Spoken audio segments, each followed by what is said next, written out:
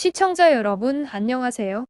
황태극의 8째 아들로 태어나 황태극의 총의 소개, 이름도 지어지기 전에 황태자로 지명되었던 해란주의 아들이 몇 달도 살지 못하고 꼴까닥 해버리자 이틀 뒤 포모포테가 낳은 황태극의 9째 아들 복림은 적기에 태어나는 행운을 누렸다고 할 수 있었지만 사랑하는 해란주가 낳은 아들을 잃고 뚜껑이 열려버린 황태극이 자신도 모를 분노로 팔팔 뛰고 있었기 때문에 복림은 세상을 보기 위한 눈도 뜨기 전에 주위에 이유 없는 무관심을 당하기 시작합니다. 마음이 어렵던 해란주는 아들을 잃자 슬픔을 이기지 못해 병을 얻어 시름시름 앓기 시작했고, 당시 황태극은 아들을 잃고 슬퍼하며 골골대던 해란주에게 지극한 사랑을 퍼부었죠. 명나라를 치기 위해 전장에 나가 있던 황태극은 해란주가 위태롭다는 전가를 받고는 군대만 전장에 남겨둔 채 5일 낮밤을 가리지 않고 궁으로 달려갔지만 그녀는 그가 막 궁에 들어서기 일보 직전 꼴까닥 해버렸고,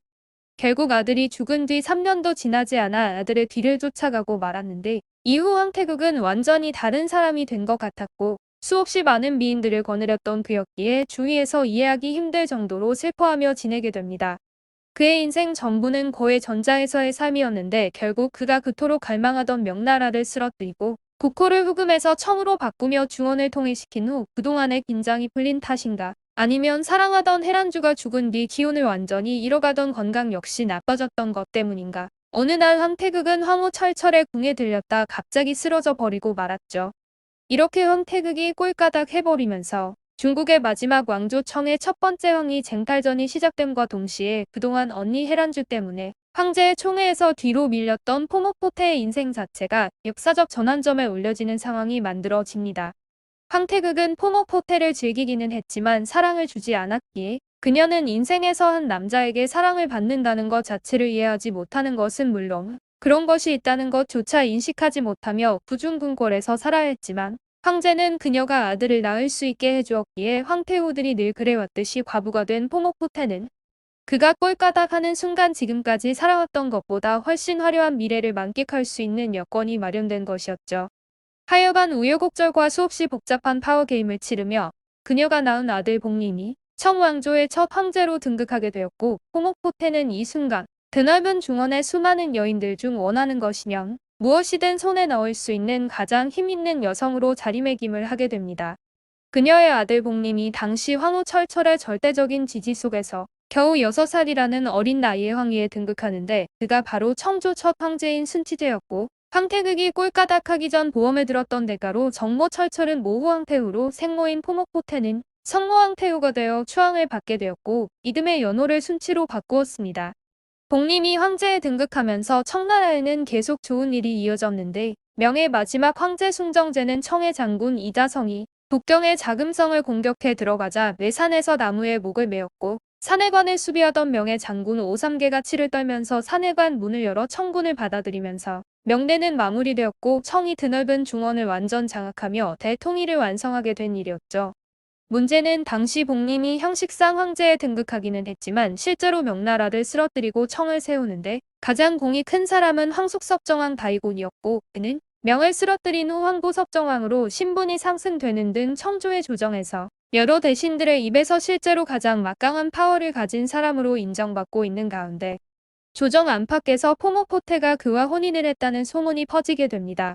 더욱이 세간에서는 다이곤이 그녀와의 사랑 때문에 중언을 양보했고, 복림의 실제 생보는 다이곤이라는 말까지 생겨났는데 실상 그들의 관계는 서로 윈윈하기 위함이었고, 특히 철철과 다이곤 사이에서 일어나는 문제들을 조절해 나가는 일을 했기 때문에 서로 가깝게 지낼 수밖에 없었으며, 특히 다이곤의 어머니 아파에는 황태극과 상극이었고 결국 순장을 당해버렸기에 동갑내기였던 두 사람은 실상 그런 연인 관계로 이어질 수 없는 상황이었죠. 또한 다이곤과 포모포테는 실상 둘 다 야심이 가득한 사람들이었기 때문에 둘은 허투루 보기에 친하게 지내는 듯 했지만 실제 두 사람은 애매모호한 감정이 생겨날 수 없는 상황이었는데, 만약 둘 사이에 그런 감정을 갖고 있는 듯 보였다 해도 그것은 둘의 현실적인 상황에서 볼 때 불가능한 일이었으며, 어떤 역사서에서도 그런 내용이 쓰여진 것이 없으니 모두 낭설이라고 할 수밖에 없습니다. 그러나 아닐 땐 굴뚝에 연기 난리 없듯이 어쩌면 둘이 외형적으로는 결혼을 하거나 정식으로 함께 살지는 않았지만 다이곤과 포모포테는 이말 저말 애매모호한 소문이 여기저기서 떠돌았던 만큼 어쩌면 둘은 도둑 사랑이라도 나누는 관계가 아니었을까 하는 의문이 있는 것도 당연했었지만 누구도 확실한 상황을 이해하지 못하는 가운데 그녀는 청조의 첫 황태후가 되었고 다이곤의 세력이 득실되는 조정에서 완급을 조절해가며 아들 순치제가 친정을 시작할 수 있는 날을 기다리게 되죠. 이처럼 청나라 명나라를 쓰러뜨린 초기의 어수선함 속에서 수많은 문제와 구설수들이 오르내리게 되는 것은 당연한 일이었고 이때 문제의 핵심에 가장 가까이 선 것은 바로 포모포테였는데 그녀의 결혼과 자녀 양육과 인간관계까지 그녀의 반평생 동안 삶의 모든 부분을 좌지우지했던 고모이자 정실형의 철철이 순치 6년 꼴가닥하자 6년간 황태후로 지내기는 했지만 항상 고모 철철의 그늘에 가려져 단 한 번도 정식으로 아들 순치제에 섭정을 하지 못했기에 고모의 죽음은 포모포테에게 있어서 한시름 놓게 되는 일이긴 했습니다. 그러나 한 가지 골치 아픈 문제가 남아 있었는데 그것은 다이곤을 통제할 수 있는 유일한 사람인 고모 철철이 꼴가닥 해버리자 다이곤을 휘어잡을 수 있는 사람이 조정 안에는 단 한 사람도 없게 된 것이었고 당시 급속도로 지위가 흔들리던 다이곤은 자신의 위치를 고수하기 위한 행동을 더욱 적극적으로 해나갔으므로 포모포테 입장에선 어떻게든 막 나가고 있는 그를 주저앉히든지 아니면 그와 동맹을 맺고 함께 조정을 움직여야 했는데 사실 그 당시 다이곤보다 더 골치 아픈 것이 그를 따르는 무리들의 파워풀한 움직임이었죠.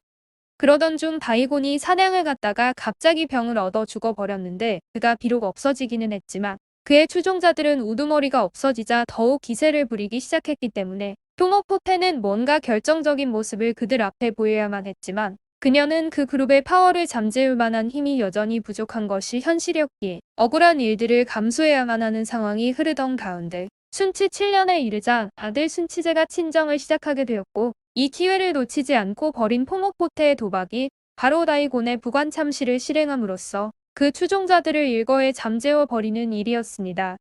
포모포테는 다이곤이 꼴가닥 해버리기 무섭게 그가 살아생전에 누리고 있던 모든 직위를 박탈해 버렸음은 물론 더욱이 다이곤이 묻힌 무덤을 파헤쳐 시체를 꺼내어 그의 죄를 물었던 것을 보면 포모포테의 다이곤에 대한 감정은 오히려 소문과는 전혀 달리 사랑이 아니라 오히려 한시라도 기회가 되면 죽여버리고 싶은 마음이었다는 것이 맞는 말이 아니었을까. 포모포테가 죽은 자의 시체까지 능지처참해 버려야겠다는 생각을 실제로 시행해 버렸다는 것은 정치적인 목적뿐 아니라 그만큼 부관 참시 당사자에 대해 마음속으로 얼마나 미워하며 이를 갈고 있었는지 보지 않아도 알 수 있는 것이었기에 그녀가 상당한 세월 동안 다이곤과 나름 잘 지내는 관계를 유지할 수 있었던 것을 보면 포모포테는 실상 어마무시한 인내력을 가진 여걸에 가까운 여인이었다는 것을 알 수 있죠.